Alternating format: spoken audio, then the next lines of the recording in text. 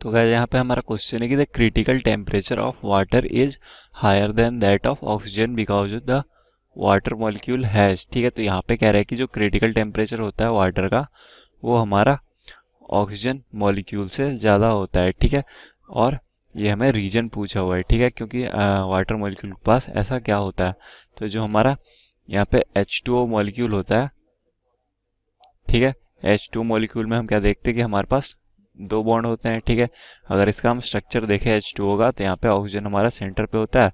ठीक है, और यहाँ पे हाइड्रोजन इससे सिंगल कोवलेंट बॉन्ड बना रहता होगा, दोनों हाइड्रोजन, और ऑक्सीजन के पास क्या होते हैं, दो लोन पेयर। ठीक है, ये हो गया हमारा H2O का लेविस स्ट्रक्चर। ठीक है, अब यहाँ पे अगर हम देखें तो यहाँ पे क्या हो रहा है कि इसका अगर हम शेप बनाएं तो शेप इसका कुछ इस तरह से बनेगा। ठीक है, इसकी हाइब्रिडाइजेशन कितनी हो जाएगी, sp3, क्योंकि इसका स्टेरिक नंबर 4 हो जाएगा, दो बॉन्डेड पेयर और दो लोन पेयर, तो 2 + 2 4। ठीक है, तो यहाँ पे इसकी ज्योमेट्री होगी वो टेट्राहेड्रल होगी। तो ये जो दो लोन पेयर और ये जो दो हाइड्रोजन एटम्स है ये टेट्राहेड्रल पोजीशन ऑक्युपाई कर लेंगे। ठीक है, और उस वजह से जो इनका शेप बनेगा ये कुछ इस तरह का शेप बनेगा, और इस शेप को हम क्या कहेंगे, एंगुलर शेप। ठीक है, या फिर बेंड शेप। तो यहाँ पे ये लोन पेयर और यहाँ पे lone pair bond pair repulsion के बी वजह से ये जो हमारा एंगल होगा ये हमारा टेट्राहेड्रल एंगल नहीं होगा, ये कुछ हमारा 104.5 डिग्री होगा। ठीक है, जो कि हमारा टेट्राहेड्रल एंगल जो 109.5 डिग्री होता है उससे कम है। ठीक है, काफ़ी कम है। और यहाँ पे इस बेंड शेप की वजह से क्या होता है कि हमारा जो यहाँ पे अगर इसका हम डायपोल मोमेंट देखें तो यहाँ पे ऑक्सीजन क्या होता है, ज़्यादा इलेक्ट्रोनिगेटिव होता है। ठीक है, काफ़ी ज़्यादा इलेक्ट्रोनिगेटिव होता है हाइड्रोजन से, तो इस बॉन्ड में क्या आ जाएगी, हमारी पोलरिटी आ जाएगी। ठीक है, और यहाँ पे जो हमारे डायपोल मोमेंट का डायरेक्शन होगा वो कुछ इस साइड होगा। ठीक है, ऑक्सीजन के साइड में इस बॉन्ड में, और इस बॉन्ड में हमारा जो डायपोल मोमेंट होगा वो भी इसके साइड होगा। ठीक है, तो यहाँ पे जो हमारी इसकी नेट डायपोल मोमेंट आएगी वो कुछ ऊपर के साइड आएगी। ठीक है, यहाँ पे।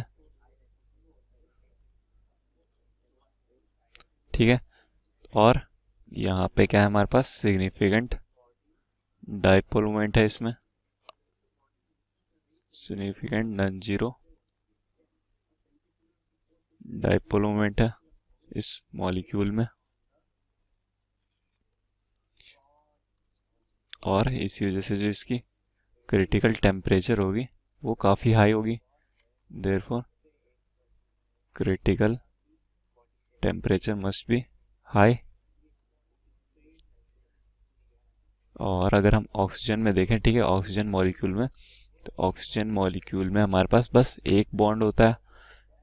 यहाँ पे अगर हम O2 का मॉलिक्यूल का स्ट्रक्चर देखें तो यहाँ पे ऑक्सीजन और ऑक्सीजन के बीच में क्या होगा, सिंपली डबल बॉन्ड होगा। ठीक है, और यहाँ पे इन दोनों पे दो दो लोन पेयर होंगे। ये हमारा O2 का स्ट्रक्चर है।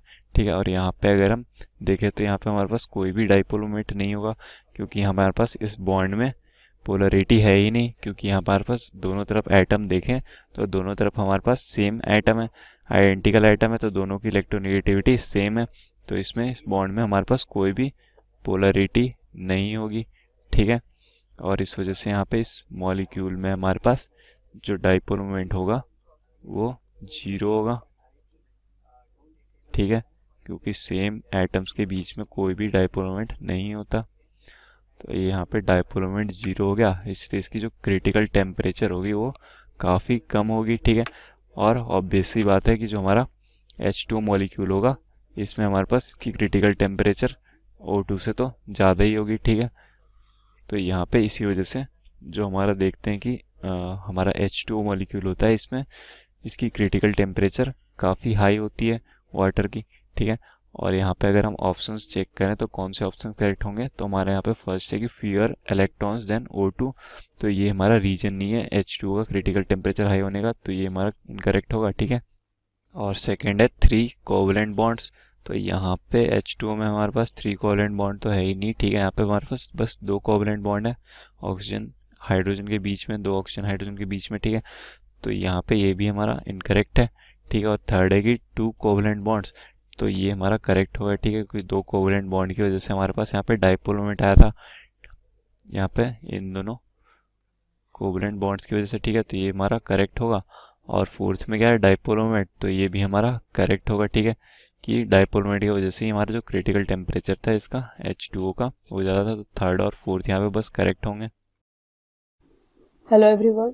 So the question given is a liquid is in equilibrium with its vapor at its boiling point. On the average, the molecules in the two phases have equal what? And there are 4 options given, amongst which we have to choose the correct option. So the equilibrium is between liquid and vapor, right? Liquid and vapor, and this is the equilibrium, correct? This is the and equilibrium is existing. So first coming to the option that is the intermolecular forces, correct? So as we know already, intermolecular forces in case of intermolecular force, okay, first coming to this. So intermolecular force in case of liquid is greater than intermolecular force in case of gas or vapor, correct? Cause the molecules are arranged in that way only. Now coming to potential energy. Now we know that potential energy of gas, now potential energy P of gas is always more than potential energy of liquid, okay, potential energy of liquid, hence potential energy is also not the correct option. Now coming to total energy. So total energy, we know that total energy is the sum of kinetic energy plus potential energy. As potential energy is not being equal, hence total energy will also differ, like that, okay. Hence total energy is also not the correct option. Now coming to kinetic energy, okay. We know that kinetic energy, what is the formula? 3/2 RT, correct? So kinetic energy is depending upon temperature, okay. Hence it has nothing to do with the phase, like it is liquid or it is vapor. Hence kinetic energy of liquid will be equal to kinetic energy of gas. Hence which one will be equal? That would be the kinetic energy, okay.